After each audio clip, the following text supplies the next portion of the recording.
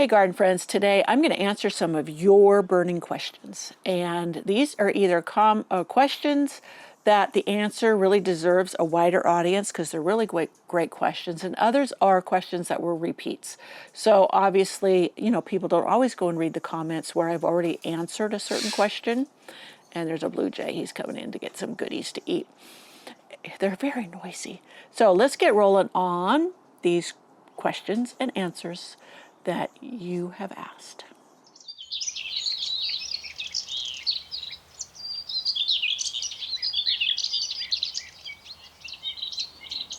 All right, yeah, today I was going to go out and I was going to do a fall garden chore video with you where I was going to do some of these chores need doing right now because I'm getting late into the season. And yeah, we went from very hot to all of a sudden rain. It rained for 2 days. Everything's soaking wet out here.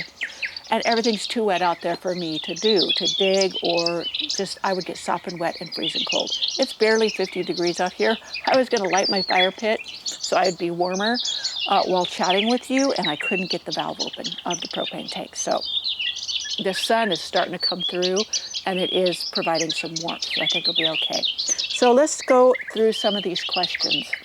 Okay, first I wanted to answer a question that many people have asked, and that is, why don't I put my hair up in a ponytail when I do my videos? Some people find my hair annoying, and you know what? I don't even think of how my hair is styled before I go do a video. When I do a video, it's because I'm in the mode to do something and I'm going to share it with you. So my hair doesn't come into the equation. And am I going to change that because some people are annoyed? No, because I want to be comfortable. And if I'm comfortable where I'm at when I'm doing a video, then I'm going to proceed as I am. I'm not going to change it thinking, oh, my hair, annoys people. So if you don't like it, well, I'm sorry. But I do have valuable information for you, whether you like my hair or not. So there you go. Okay. All right. Let's see. Okay. Here's a good one. So on my 5 easy steps to prepare your houseplants for indoors, I showed it's called Systemica by Sierra Naturals. It's an organic spray for pests that they kill off the common pests like spider mites, certain beetles, etc. And you can also use it as soil drench, and it's made from rosemary and clove oils. Well, their process really makes it usable for the plants, and you can touch it and it's not oily. If you put an oil, because this one question was, maybe we could just add rosemary and clove oil to a spray bottle. Well, you could try it, certainly, but that it's not been processed for the plants to be able to handle. You just put an oil on a plant, you may clog up its breathing apparatus because plants breathe, or anything else. This is specifically formulated so that it helps the plant and doesn't harm the plant. So yeah, that is why I wouldn't personally use straight rosemary and clove oil, because the oiliness of them can harm your plant. So here's one by Patty McCall 22.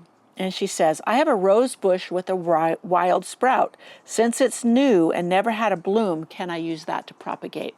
Now, one of my most popular videos is from like 8 years ago, where I showed how I propagate rose cuttings. Now, the one thing about this question is, I don't know if it's a grafted rose. And if that wild sprout is coming from the grafted root base, then no, you wouldn't want to propagate that wild sprout, because you would get the graft and not the rose that you're aiming to get. So I would say it depends.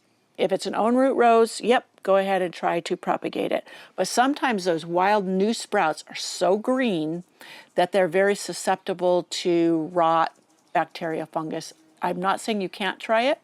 I'm just saying that the fail rate is higher than if it's a little bit more seasoned of a cane.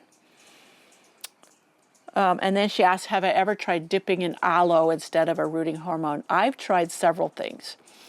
And nothing works as well for me as the rooting hormone. And the rooting hormone, what it does is it accelerates the rooting, the production of roots. Therefore, you're trying to beat the clock against anything that would kill your cutting, like fungus or a disease or a bacteria. So yeah, for me, nothing has worked as well as a rooting hormone, but you can certainly try. I've heard good things about it, but I've tried certain things and they haven't worked, like the aloe. Another one from Cindy Eastbourne 7642, and she writes, can you let cosmos self-seed? Yes, you can. And many times they put out so many seeds, you will have success. Now, I have had some self-seed, but I don't get that many plants because I guess it depends on your type of springs. We have very precocious springs where we'll have warm temperatures for a week or two, and then all of a sudden it'll drop to like 20 degrees overnight. And little things that have started to sprout, like maybe cosmos that self-seeded, they will get zapped by that hard freeze. So it's not always successful since they are frost tender, but you certainly can try. And if you had a lot of cosmos that self-seeded, you might have success, or you're more likely to have success because of the amount of seeds that fell onto the soil before winter hit. It never hurts because they're free seeds. Just let them go. Oh, okay, I had a question. I can't find it right now, but it's in here. And it must be one of my older videos, but they just had seen it. Now, my hardy geraniums, I have several varieties. My favorite is the Roseanne because it blooms the most prolifically in my garden. And I have Patricia, I have Elke, I have Crane's Blood, has blood in the name. And let's see, a couple others. I lost one recently that I really was looking forward to having, and it was called Ballerina. It just didn't make it. The plant I got just was too, maybe I got it too early, I don't know, to plant out and to thrive. But it's supposed to be a pretty light pink. I have Biokovo or whatever that is. That one's okay, but it doesn't bloom through the season like Roseanne does. But anyways, the question was, where do you buy them? Because whoever this question came from couldn't find them in their local nurseries. Well, Bluestone Perennials has a few, and then High Mountain Gardens, High Country Gardens, that's what.com. Both of those I know. Also, if you do a Google search, maybe it will bring it up. But if you have any like specialty nurseries or a nursery other than a big box store, many times you can go in and ask them if they can order those from their supplier. So if you have a name of one, like I would really go with Roseanne because it is such a beautiful bloomer. It blooms from the time it starts until now. It's still blooming beautifully for me. That's one of the things I'm going to show in my garden chores videos, me digging up, dividing, and transplanting a Roseanne geranium for you. Yeah, so those places do have the hardy geraniums for sale. And sometimes, I mean, she had said she had bought seeds to plant. I wouldn't go with seeds, only because I had a seed grown one. And yeah, they continue to go to seed. They spread like a weed, and then you're pulling them up everywhere forever. That may not bother you, but it became a little too much work for me. So I'm still digging up those seedlings, and yeah, not a good thing because it's just more work. I like low maintenance. I don't want to have to be digging up things. Okay, so that's where you can find those geraniums. Now here was a suggestion. I've used this many times. In fact, when I did my herb box, I have a blog post where I built a box that I planted herbs in. Anyways, I used coffee filters to block the cracks so the soil wouldn't go through. And this Life Made Merry, she says, you can use a couple coffee filters in the bottom of any container to keep soil from falling out. Love your tips. Yes, that's a great tip, and I haven't mentioned it recently because I haven't been utilizing it recently, but that is an excellent way to prevent soil from going through, like if you're potting up something, and yet it does drain. So it does allow water to drain. I've had a couple of comments on my Calibrachoa. You need to stop tossing these. It's Grow Calibrachoa's Million Bells are perennials. I need to change that title to something different. But you know Calibrachoas, they look like the mini petunias. And many plant them as annuals, and many they are sold as annuals in many areas. But you can treat them as a perennial. If you have somewhere you can overwinter them, maybe a sun porch, or if it doesn't get too cold in your region, up against the house, I put mine in the greenhouse. And they do die back, but you'd be surprised that they come back from the roots if they've been kept warm enough. So do try it, because you know the little 4-inch pots or whatever, they can be expensive, $4 or $5 a piece, if not 6 and 7. And if you can overwinter them, great. My greenhouse is supposed to be done in a week or two. So I will take mine. I have 3. I have one that's full of different colors, and then I had the ones that I planted in my planters that really didn't do great this year, but I didn't put them out in the sun. Anyways, those are all going to go in my greenhouse, and I'm going to keep them over winter, or try. You know, I never know with my winters. My greenhouses are not heated. Though we're trying to think of an inexpensive way to heat this one. It's huge, so it's going to have to be very inexpensive. But where it's located, my greenhouse, it should get more sun in the winter than my prior greenhouse. That is now a chicken house. So, oh, I do have a question for you. I've got a rat digging into my greenhouse chicken house. They're going after the chicken feed. I've tried traps. This is a smart rat. He avoids them. And we could dig wire down, and we may have to dig wire around. My husband did dig wire around the pen, the outside pen, so nothing could dig in. But it's found a spot in front where the walkway is, it's gravel, to dig and get into the chicken house. So yeah, the traps have failed. Let me move my phone, it's getting dripped on. Okay, so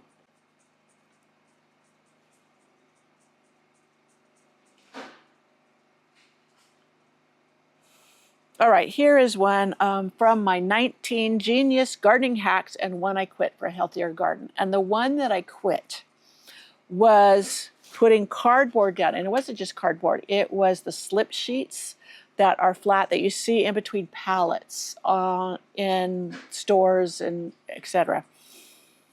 Now, I don't use those particularly because they are coated with a plastic coating, even though you don't really notice it, that prevents moisture from going through. And that is not healthy for your soil because it's polymer based, so it's a plastic. And yeah, it also could be too waterproof, so it doesn't break down as quickly as you want it to, and it could suffocate your soil and all of that. I know a lot of people have used them as gardening hacks. Even I've seen different gardeners go into like Home Depot or Lowe's, and they get the big rolls of the drop cloth cardboard paper or the craft paper. That is also treated for moisture, to preventative, because it uses a drop cloth, and you drop paint or whatever, and the moisture, that barrier prevents the moisture from going through that cardboard paper. Also, it is not organic, meaning I don't want to add any chemicals or plastics, microplastics to my soil. Now, even cardboard boxes, not all cardboard boxes are made where they could be used in the garden. Many coming out of China and whatever, there's plastics included in the cardboard manufacturing process. So I avoid using cardboards in the garden. I know people love getting stuff for free, and they love these garden hacks, but I want the best soil possible, and I want it to be as healthy as possible. So I avoid things like that. Now, there is an organic paper, brown paper, that you can get, and I will try to remember to put it in the description box below. That is made specifically for organic gardening, and you can buy that. Yeah, it's more expensive than getting freebie stuff from the store or from a big box store, but it's safer for the environment and your garden soil. So I just wanted that to be clear. Now she just said here, I'm a new gardener, only 2 seasons. This is from Darla's 4019. I tested out lots of different hacks. The cardboard hack helped keep the weeds down, but it did seem relatively dry under there. I pulled it up and removed a layer, then added soil and organic mulch, and the cardboard still hasn't broken down. The plant I put in looks just terrible. It could be that 2 large arborvitae about 10 feet away are hogging all the moisture, but I don't think I will try the cardboard method again unless I'm trying to keep weeds away. You know, in that video, I shared that what works for me without inhibiting growth from other plants is just a deep layer of leaves, mulch, etc. This or ground covers also inhibit weeds. You're never going to have a weed-free garden. You're just not. They're brought in from the birds. Even if you had a barrier, the birds will drop weed seeds places. I get weed seeds coming up in containers that have fresh soil or fresh, potted soil. They're supposed to be sterile, or, that doesn't have any weed seeds in it. And yeah, that's from birds. So don't let anyone tell you you're going to have a weed-free garden because you put down cardboard or some other kind of barrier. Yeah, but also you can damage the soil. Your soil needs air. The worms need air. And blocking that with maybe plastic coated cardboard sheets, that will harm your plants. Now, the mention here of the arborvitae hogging moisture, entirely possible.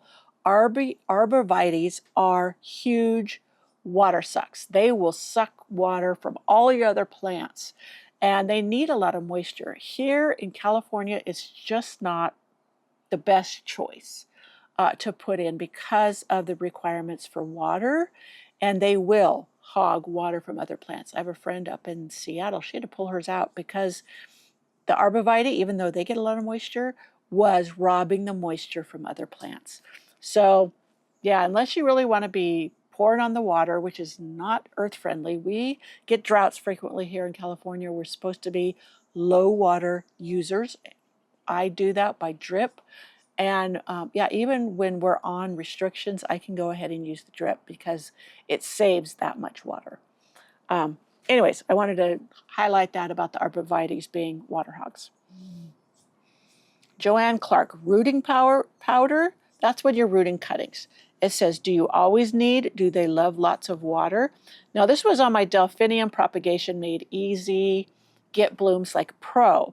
Again, the rooting hormone powder that I use, or I have a liquid dip, it accelerates rooting. So it increases your chances for success.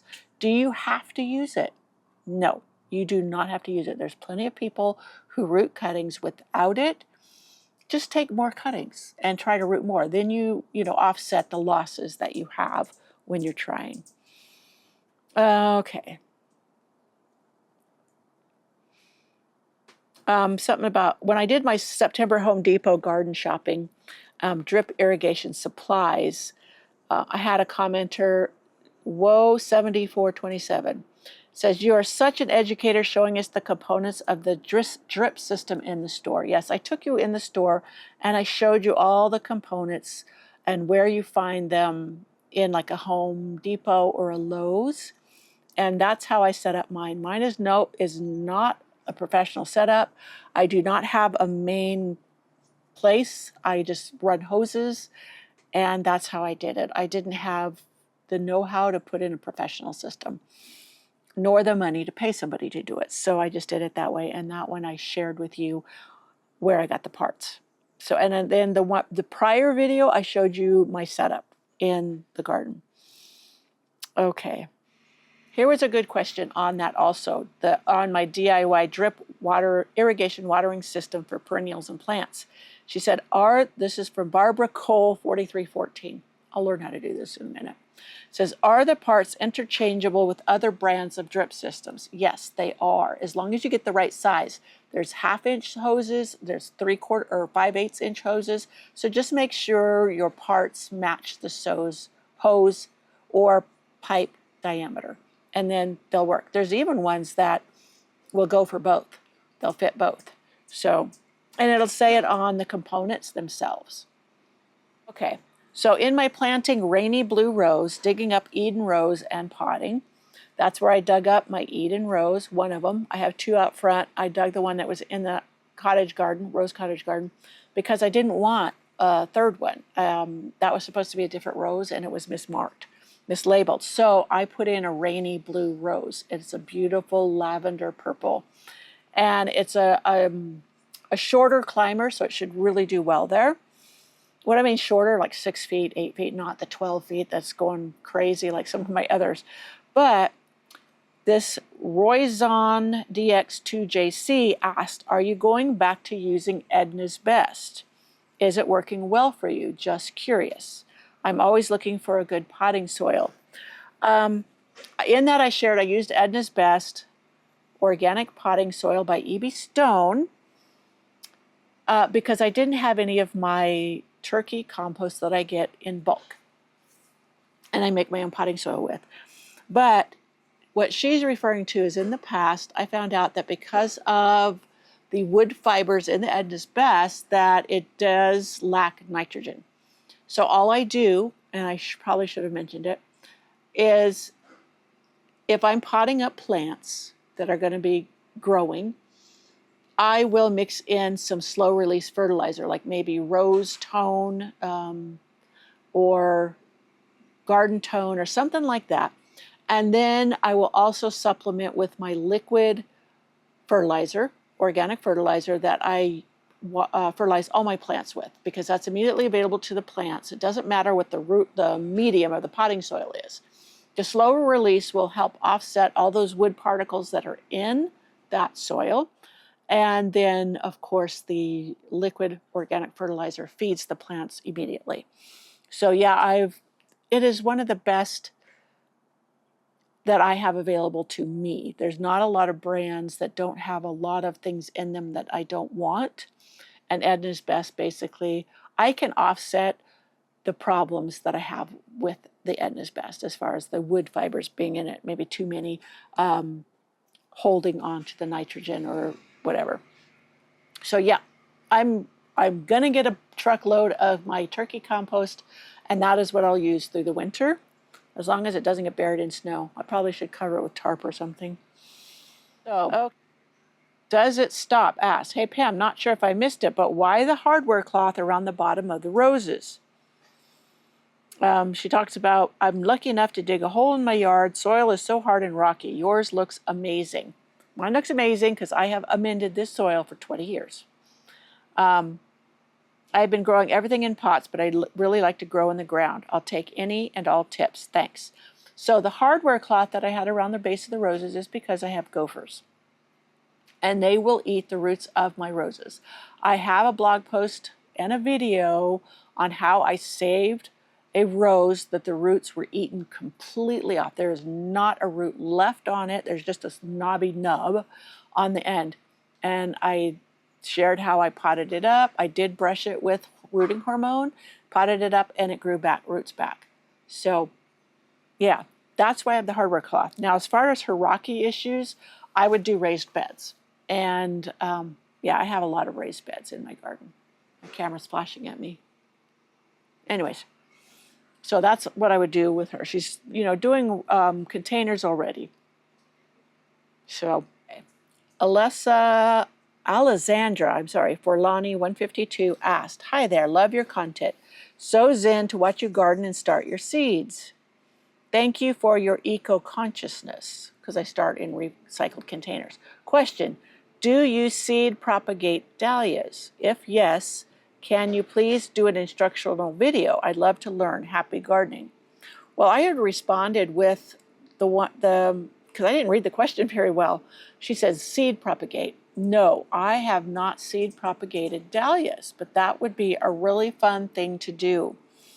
Now I know Danielle over at North Lawn Flower Farm has. So you can go and look at what, I don't know which one it is. It might be a year or so ago. And she even bred a specialty dahlia, and she named it after her dog or her grandmother.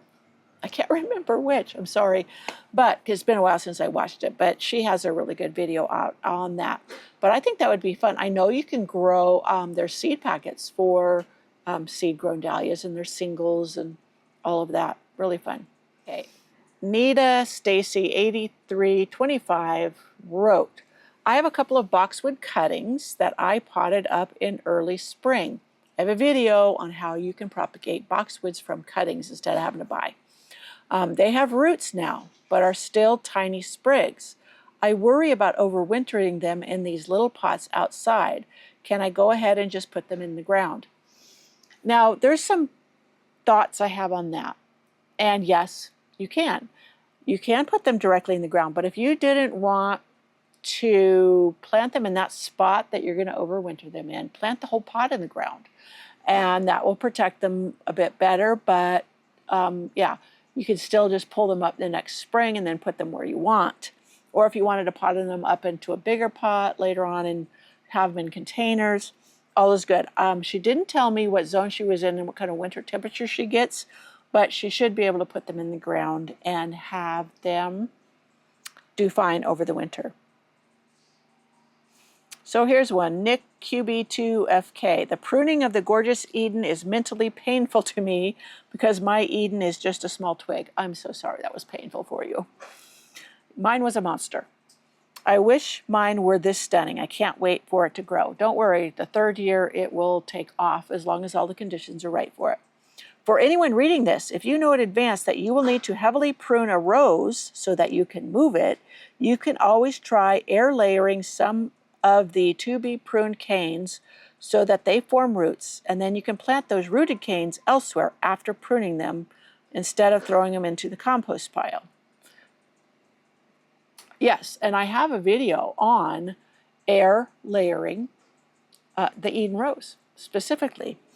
And if I don't remember to put it in the description box below, the link, you can just go to my channel and there's a search little magnifying glass looking thing.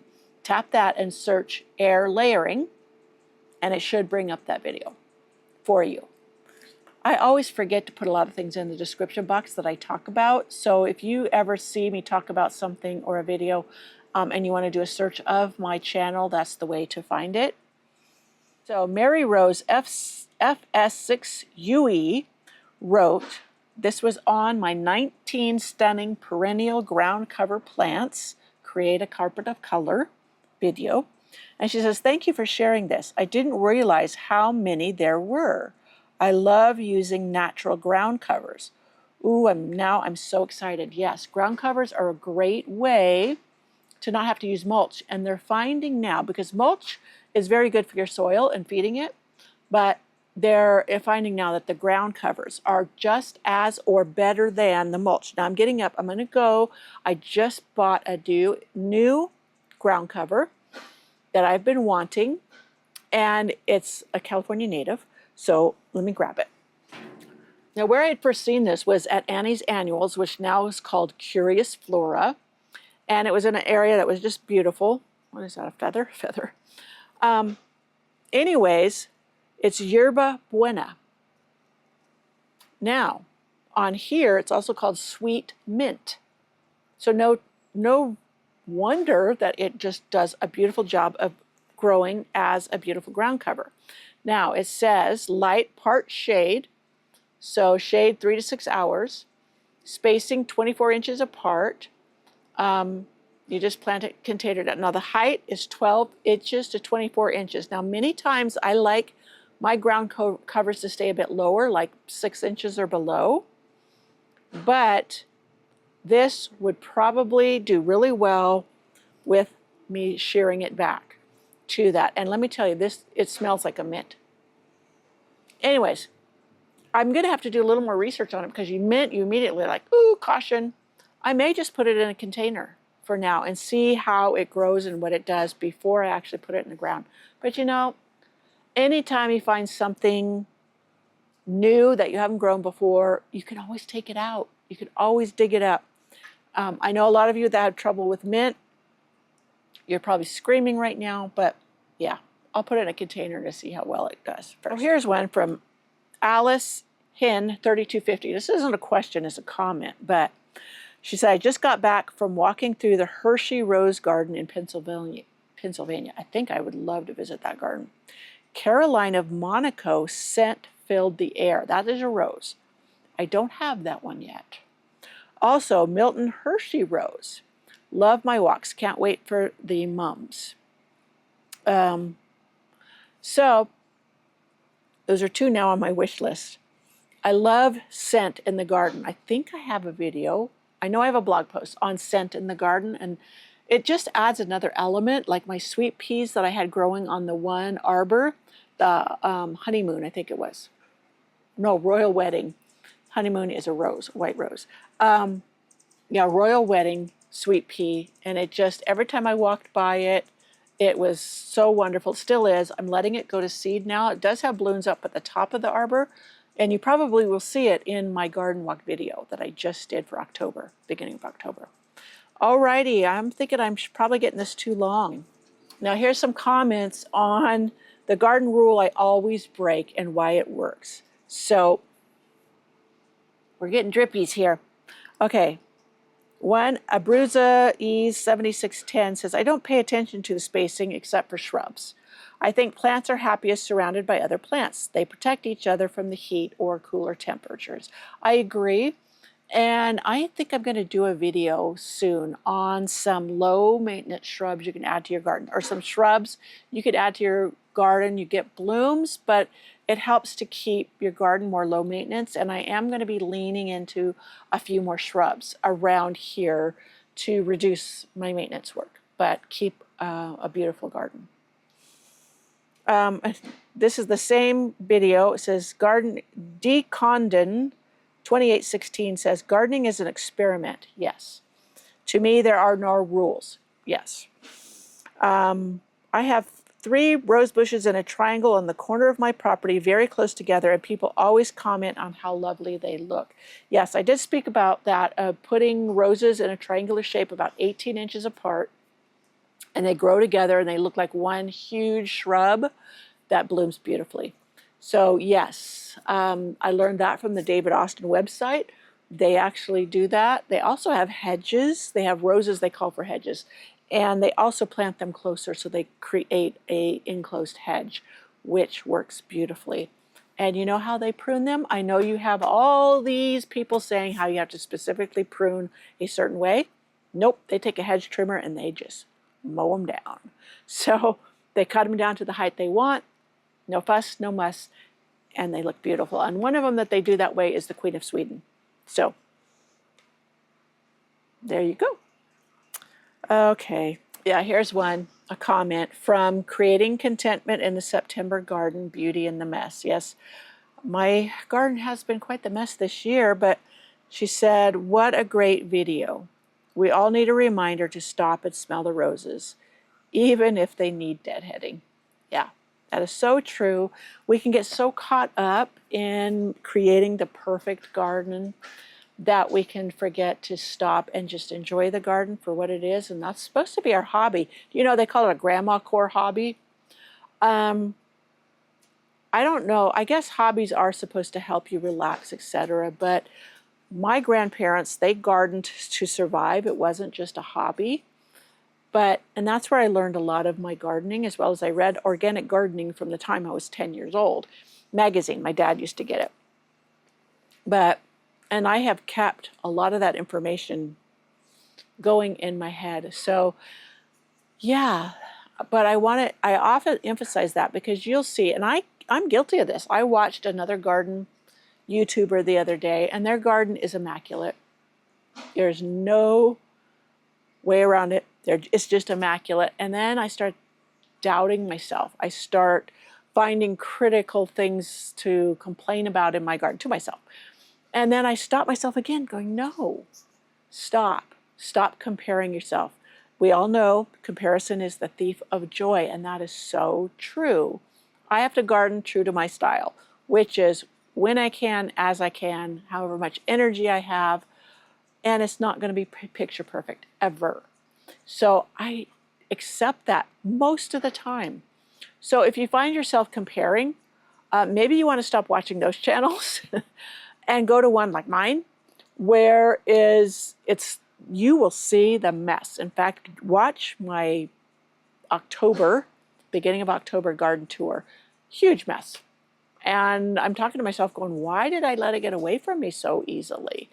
And yeah, so just go ahead, find that joy in your gardens and stop picking on yourself because it's not perfect. Or, you know what, you can downsize. That's me. I'm thinking of, like I said before, going towards more of the shrubs and less of the perennials. The perennials are great, love them, divide them, whatever, but a lot of times, like early in the spring, there's nothing because the perennials haven't come yet. A lot of the shrubs will start blooming and being beautiful, and even if it's only the evergreen part, they do provide structure in a garden that's otherwise barren until everything else starts getting going. So I have a few things that I've already put in that I'm loving and a few more things I want to put in. And yeah, I just need to sit down and make a map of where I think I want to include things like that and go with it. So I think that's enough for this video. I hope you enjoyed this little chat, garden chat. And yeah, who knows? We'll see how well everybody likes this, and maybe I'll do it again sometime. What I really wanted to do was be out working in the garden, and it wasn't practical yet. Probably tomorrow, maybe tomorrow afternoon, I could get out and do a little bit. Maybe the garden will have dried up a little bit. It's just so soaking wet right now. It's just not. If not tomorrow, then this coming week I will. But I need to get a lot of things divided, separated, because we could have a frost anytime. Now, I'm not worried about a frost. The hard freeze is when you really have to start worrying, when the ground really gets zapped. Right now the ground is still warm because we had super warm temperatures.